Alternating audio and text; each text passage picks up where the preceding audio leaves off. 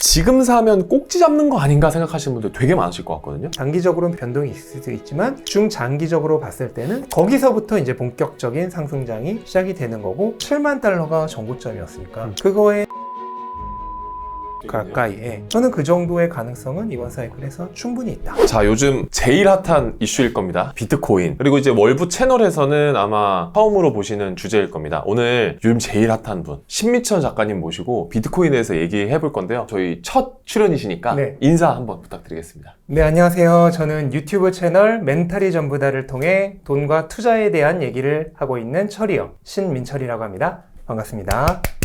비트코인이라는 게 네. 되게 복잡하게 느껴지시는 분들 많을 것 같아서 네. 비트코인이 뭔지 좀 쉽게 네. 설명해 주실 수 있을까요? 비트코인을 그냥 딱 한마디로 정의하면은 디지털 골드예요. 디지털 금. 우리가 일반적으로 가지고 있는 금이라고 하는 것은 아날로그 자산이잖아요. 이 아날로그 자산의 가장 큰 문제점은 인터넷을 통해 실물을 거래할 수가 없어요. 그 얘기는 뭐냐면 우리가 인터넷에서 지금 뭐 사고팔고 하고 있는 주식이라든지 기타 금도 인터넷으로 사고팔고 할 수 있죠. 그런 모든 것들은 실물을 인터넷으로 거래하지 않아요. 그러면 인터넷으로 어떻게 거래가 가능하냐? 금이나 채권, 주식 이런 거는 다 어딘가에서 보관을 해요. 금은 금 보관소가 있을 거고 주식은 증권 예탁원이 있죠. 그런 식으로 어딘가에서 보관을 하고 그거에 대한 소유 권리증, 다른 말로 하면 등기죠. 그 등기만 인터넷으로 주고받고 거래를 하는 거예요. 그럼 비트코인은 뭐가 다르냐면 최초의 네이티브 디지털 자산입니다.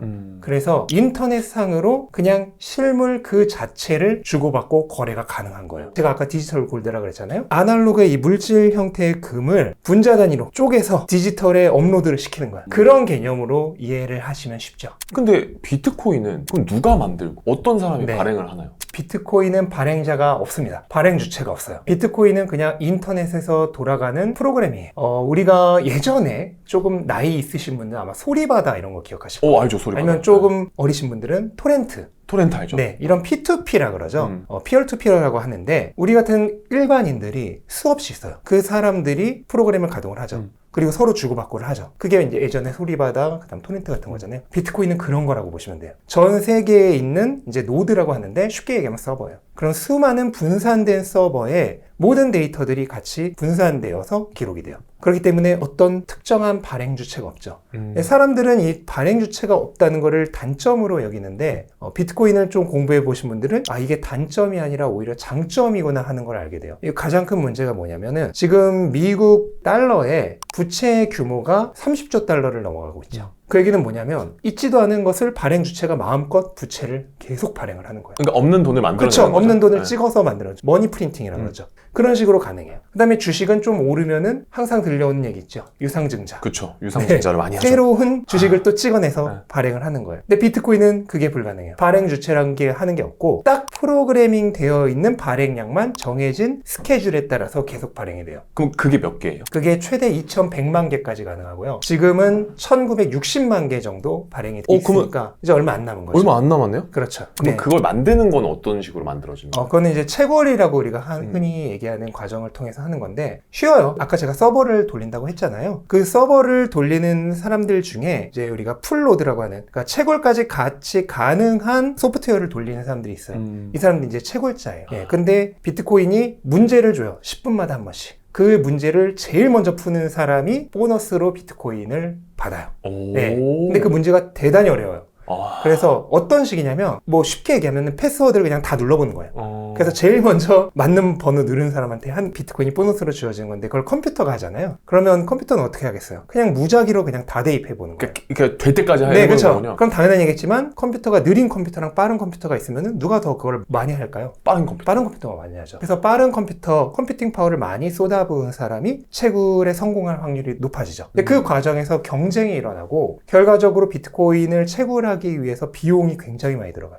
현재 2024년 3월 중순 기준으로 비트코인 하나를 만드는데 평균적으로 4만 달러 이상의 비용이 들어가요. 4만 달러. 그럼 대략 한 5,500만 원? 그죠. 뭐 이 정도? 그 정도가 그냥 원가예요. 기본적으로 들어간다. 근데 그러면 채굴기를 돌렸어요. 네. 근데 작가님이랑 저랑 돌렸는데 네. 저는 안 좋은 컴퓨터고 작가님이 훨씬 더 좋은 컴퓨터예요. 네. 그럼 이 사람은 비트코인을 못 받을 수도 있어요. 원래는 이제 그렇게 되는데 그렇게 되면 이제 채굴자들도 사업하는 사람들이잖아요. 그쵸. 그렇게 되면은 운에 기대야 되는 거잖아요. 그러면 사업이 안 되죠. 그래서 어떻게 하냐면 비트코인 풀이라는 것을 만들었어요. 들었어요. 이거는 쉽게 얘기하면 개예요. 아, 개. 네. 개여서 예를 들어서 제가 비트코인을 10번 채굴할 때 한 9번 성공을 해요. 그 다음에 한 번을 성공한다고 하시면은 우리 둘이 그냥 개를 만들어서 그냥 나는 9번 성공하니까 몇 개가 나오든 난 90%를 가져가고 몇 개가 나오든 너는 10%를 가져가라. 이런 식으로 그냥 협약을 맺어버리는 거죠. 퍼센테이지로 가져가는 그쵸? 걸로 협약을 네. 맺는 거군요. 그쵸. 오. 자신이 그 채굴에 기여하고 있는 것의 퍼센테이지로. 그렇게 하면은 매번 거의 똑같은 양의 비트코인을 받을 수 있겠죠. 그럼 안정적으로 채굴 사업이 운영이 되고 당연히 채굴도 계속해서 돌아가는 거죠. 네. 정리해보자면 발행 주체는 따로 없지만 없죠. 각각의 개인의 공장장들이 공장을 돌려가지고 그것을 채굴해낸 다음에 거기에 가격을 매겨서 판매하는 이런 방식이 그렇죠. 비트코인의 네. 방식으로 생각하면 되네요. 근데 이게 그 가운데서 누군가 주도하는 주체가 없기 때문에 민주적인 것이라고 보면 돼요. 누구나 가능한 거예요. 비트코인에 관심을 가지게 된 계기는 어떤 게 있으세요? 처음에는 저도 당연히 그냥 재미로 음. 한 거 뭐 새로운 게 나왔다고 하니까 처음에는 재미로 했는데 2020년경 정도부터 조금 투자를 하면서 점점 공부를 했어요. 근데 공부를 하다 보니까 이게 투기적인 자산이 아니라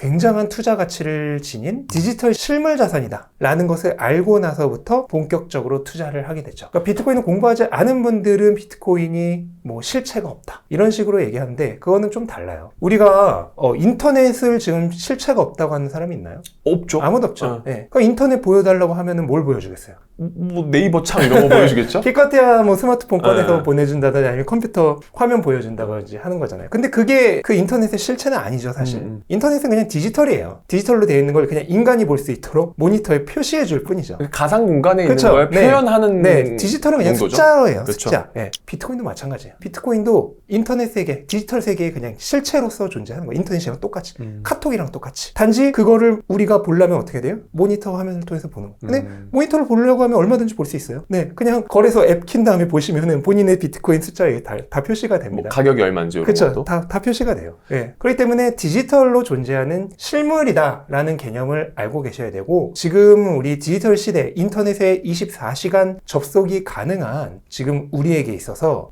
물리적인 형태가 없다고 해서 그게 실체가 없는 게 아니다 라는 개념을 아셔야 되고 오히려 반대로 물리적인 형태가 없는 것이 더 장점일 수 있다 라는 것을 생각을 해보시면 좋을 것 같아요. 지금 며칠 전 기준으로 이제 1억을 돌파했단 그쵸. 말이에요. 네. 아무리 디지털 금이고 네. 발행량도 정해져 있고 이게 사업성이 있다고 하지만 하나 1억을 넘는 건 상상을 못하는 가격이라고 저는 생각을 했거든요. 네. 비트코인에 진짜 1억의 가치가 있는 건가요? 훨씬 더 있을 수 있죠. 가격이라고 하는 것은 기본적으로 모든 것의 가격은 사회적 합의치에 의해서 정해져요. 모나리자의 가격이 추정치로 거의 50조 원이 된대요. 그런데 모나리자 그 원가가 얼마겠어요? 뭐 사실 뭐 거의 따질 수도 물감값 뭐 없죠. 이렇게 네. 해가지고 얼마 안 물감값 되겠죠? 정도밖에 안 되고 그 아무리 훌륭한 작가가 그렸다고 하더라도 그게 정말 50조 원의 가치가 뭐 작은 나라의 1년 예산과 맞먹는 그 정도의 가치가 있는지를 한번 생각을 해봐야 되죠. 근데 그 모나리자는 시장에 안 나왔기 때문에 그냥 보험 가격으로 예측해본 그냥 추정치지 만약 시장에 나오면은 100조 원을 넘어갈 수도 있어요. 네. 그 얘기는 뭐냐면 모든 것의 가격이라고 하는 것은 사회적 합의치다. 그거를 더 풀어서 얘기하면은 공급과 수요예요.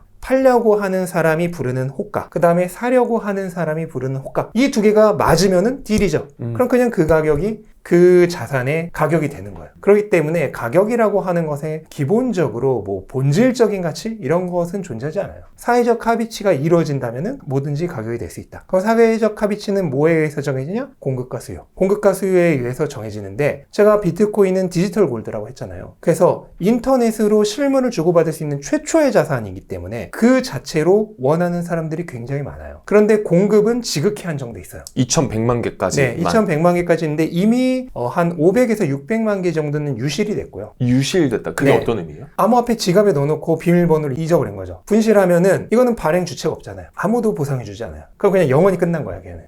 절대 못 찾아요. 왜냐하면 발행자가 없으니까. 마음이 너무 아프겠네요. 그래서 그런 식으로 사라진 게 지금 이미 한 500에서 600만 개 정도 된다고 보면은 실질적으로 앞으로 채굴 가능한 것까지 다 합쳐봐야 1,500만 개가 안 되죠. 근데 지금 전 세계에 우리가 흔히 얘기하는 갑부에 가까운, 그러니까 개인 수준에서 재벌에 가까운 사람들의 숫자만 하더라도 수천만 명이래요. 중국 같은 데면 뭐 부자가 우리나라 인구만큼 있다고 하잖아요. 뭐 발에 치이게 부자가 네. 있죠. 네. 그러면 그 사람들은 사실 돈이 엄청나게 많단 말이에요. 그러니까 그런 사람들이 한 7천만 명, 8천만 명 있다고 할 때 그 사람들이 하나씩만 원한다 하더라도 지금 1,500만 개도 안 되니까 돌아갈 수 있는 양이 적네요. 하나도 가질 수가 없어요. 어. 네. 그렇게 생각을 한다면은 이게 얼마나 가치 있는 건지. 그 정도의 돈이 있는 사람들이 딱 하나만 원한다 하더라도 한 사람당 반 개도 못 가져가요. 그러네요. 한 사람당 0.2개 정도도 못 가져가요. 그렇다면은 그 한 개의 가격은 얼마까지 갈 수 있을까? 오히려 1억이 싸 보이지 않나요? 그러네요. 네. 그렇게 들으니까 엄청 싸 네. 보이네요. 그럼 작가님은 얼마나 더 오를 수 있다고 생각하세요? 뭐 단기적인 가격은 우리가 알 수가 없어요. 중장기적으로 본다면 비트코인 현물 ETF가 출시되고 본격적으로 기관들이 비트코인을 사기 시작했어요. 근데 사기 시작한 이후로 지금 2달 조금 넘게 거래가 됐어요. 한 42거래일 정도 거래를 했는데 그동안 투자된 순유입된 금액만 110억 달러가 넘어요. 110억 달러. 네, 110억 달러가 넘는데 그 110억 달러가 들어오는 동안 가격이 거의 70% 이렇게 올랐어요. 근데 지금 비트코인 현물 ETF로 향후 들어올 수 있는 돈, 추정되는 돈이 어마어마하게 많아요. 지금 미국의 전체 자산 운용 시장이 30조 달러 정도 되고요. 그 다음에 연금 시장도 20조 달러 정도 돼요. 그럼 이것만 합쳐도 한 50조 달러 50조 정도 달러네요? 되거든요. 네, 그럼 이거에 1%만 들어간다 하더라도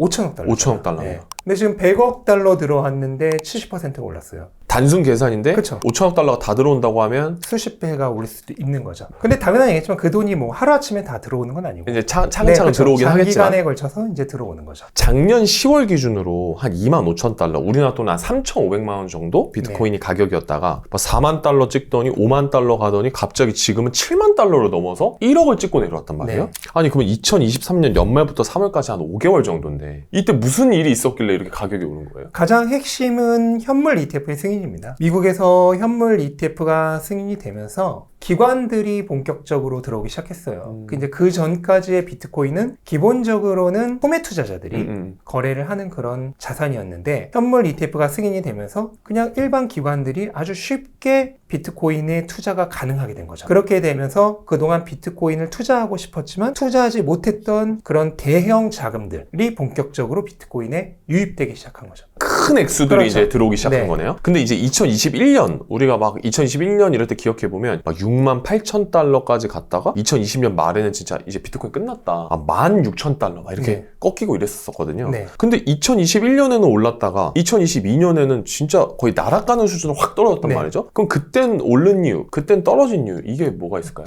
비트코인은 원래 4년 주기로 가격이 크게 오르고 내려요. 4년 주기로 크게 오르고 내리는데 그거를 지금까지 3번을 반복했는데 그 3번 반복했던 것의 원인이 무엇인가라고 나중에 분석을 해봤더니 예외 없이 한 가지 공통점이 있는데 공급량이 절반으로 줄어드는 반감기야. 비트코인은 최초 나왔을 때는 10분당 50개씩 생산이 채굴이 되도록 프로그램이 돼 있었어요. 근데 이게 4년마다 한 번씩 절반으로 줄어들게끔 설계가 돼 있어요. 오. 네, 그래서 2012년에 25개로 줄었고 2016년에는 12.5개, 2020년에는 6.25개, 그 다음에 이번 2024년 4월로 예정되어 있는 데는 3.125개로 생산량이 줄어들어요. 오. 그러면은 공급과 수요의 원리에 의해서 수요가 동일하다는 전제하에 공급이 줄어들면은 가격이 상승하게 되는 거죠. 그쵸. 그게 매번 가격 상승을 만들었던 원인이에요. 근데 이게 문제가 뭐냐면은 그렇게 가격이 오르기 시작하면은 이제 투기 세력이 달려들어요. 투기 세력이 달려들면서 필요 이상으로 거품, 과열이 발생할 정도로 가격이 크게 오르는 거죠. 근데 그렇게 가격이 크게 오른 것은 계속 유지될 수가 없죠. 그러다가 보면은 거품이 터지게 되죠. 그럼 가격이 또 급락하게 되죠. 그래서 그 사이클을 지금까지 12년 동안 3번 반복을 해왔고 지금 다시 4번째가 돼서 상승 사이클로 또 돌아선 거죠. 그러면 21년이 반감기였나요? 2020년 5월이요. 20년 5월이 반감기였다. 네. 그럼 21년에 오른 이유가 반감기가 지나고 나서 그쵸. 공급량이 떨어지면서 이제 투기 공급량이 세력이 붙어서 떨어지면서 공급량이 떨어졌다 그래서 당연한 얘기지만 가격이 바로 오르진 않아요. 그거는 뭐를 생각하면 되냐면 우유 생산업자가 우유 생산량을 반으로 줄였다고 해서 내일 당장 전국에 있는 마트의 우유가 다 동일하진 않죠. 그렇죠. 그대로 있어요. 새로 들어오는 거는 줄어들지만 어쨌든 마트에는 계속 재고가 있기 때문에 사람들이 못 느껴요. 수요가 똑같다고 전제할게요. 계속 똑같은 양을 사다 보면 어느새 보면은 들어온 양이 없으니까 줄어들겠죠. 점점 재고가 줄어들어요. 그러다가 모든 사람들이 재고가 이거 재고 없는 거 아니야? 이거 못 사는 거 아니야? 하면은 어떤 심리가 일어나냐면 사재기. 지금 안 사면 안 된다. 좀 있으면 다 없어진다. 라는 위기감이 들면서 사람들이 마구 몰려들죠. 그러면 이제 우리는 일반적으로 그런 상품들은 어느 정도 가격 정찰제까지는 아니어도 제한을 하니까 안 그러지만 만약 우유를 자유롭게 그냥 가격을 막 붙일 수 있고 경매에 내놓는다면 그런 상황이 되면 아마 우유값이 폭등할 거예요. 우유를 꼭 써야 되는 곳도 그쵸? 있을 거고 네. 우유를 꼭 먹어야 되는 곳도 네, 있을 거니까. 그렇게 되면 우유값이 폭등할 수밖에 없죠. 근데 그거는 어느 정도 시간이 지나서 나오는 거죠. 그래서 반감기가 보통 지나고 한 6개월 정도가 지나면 그 이후부터 가격이 정말 어마어마하게 오르는 그런 폭등기가 보통 왔었어요. 평균적으로 6개월이 지났을 그쵸. 때 그러면 올해 예정된 반감기는 언제예요? 4월 한 중순에서 말 사이입니다. 그러면은 10월 정도가 되면 가격이 폭등할 수 있겠네요? 일단은 먼저 첫 번째는 그렇게 생각할 수도 있고 지금 같은 경우에는 아까 말씀드린 ETF로 인해서 원래는 비트코인에 투자할 수 없었던 큰 돈들이 큰 세력들이 지금 비트코인에 들어오면서 수요가 굉장히 크게 증가하고 있어요.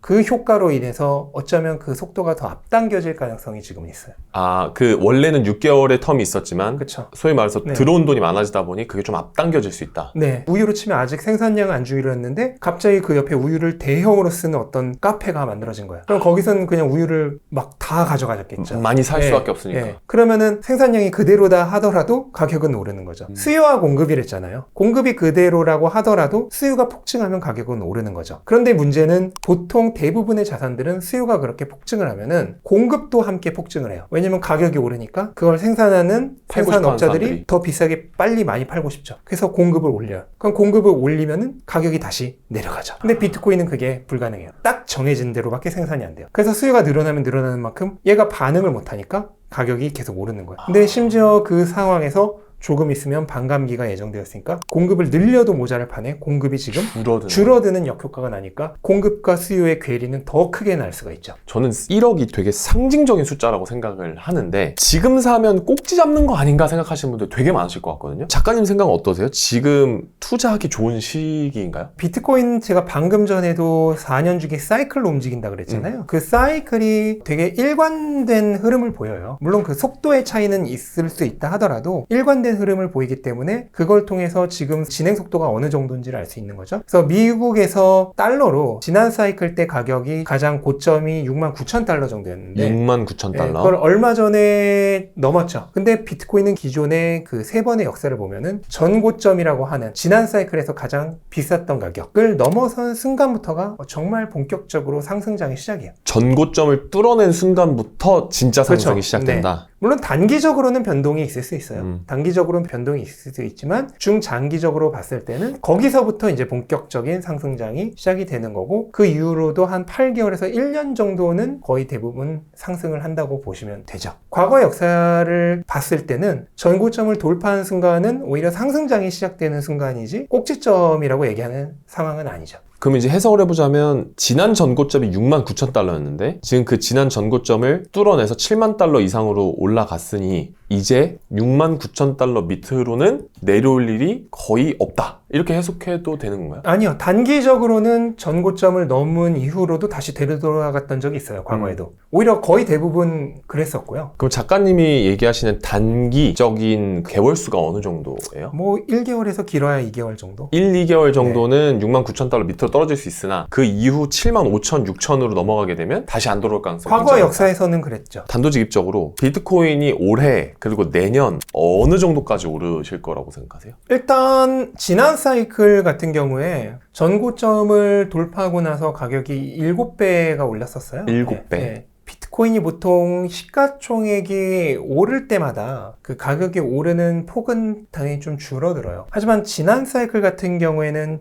중간에 중국에서 채굴을 금지하는 굉장히 큰 악재가 있었어요. 근데 그 악재로 인해서 가격이 한번 상승장임에도 불구하고 50% 가까이 하락하는 큰 악재가 있었거든요. 그 악재 때문에 가격이 재잠재 가능성만큼 다 오르지 못했다라고 보고 있어요. 그래서 7배 정도밖에 오르지 못한 거다라고 보고 있고 원래대로였으면 거의 한 10배 정도는 충분히 오를 수 있었던 그런 사이클이었거든요. 그럼 이번 사이클에서 그거의 뭐 한 절반 정도, 그러니까 원래 갔어야 될 자리의 절반 정도인 한 5배 정도를 생각해 본다면 지금 7만 달러가 전고점이었으니까 그거의 5배면은 35만 달러 정도죠. 그러면 하나로는 5억 되겠네요. 가까이에 저는 그 정도의 가능성은 이번 사이클에서 충분히 있다. 5억 라고 정도? 생각을 하고 있습니다. 저는 1억이 될 거라고 생각 못 했거든요. 다들 뭐 한 2, 3년 전에 이거 10만 달러 간다, 뭐 1억 된다 이런 얘기를 했었을 때도 에이 1억은 아니다 라고 생각했었는데 1억이 넘었단 말이에요. 그러고 나서 들으니까 5억이 불가능한 숫자는 아닐 것 같네요. 그렇죠. 예. 1억에서 이제 2배 더 오르면은 2억이잖아요. 네. 그럼 이제 2억에서 뭐 3억 이렇게 되면은 이제 사람들이 5억이라 그러면은 오히려 비웃어요. 야 10억까지 이거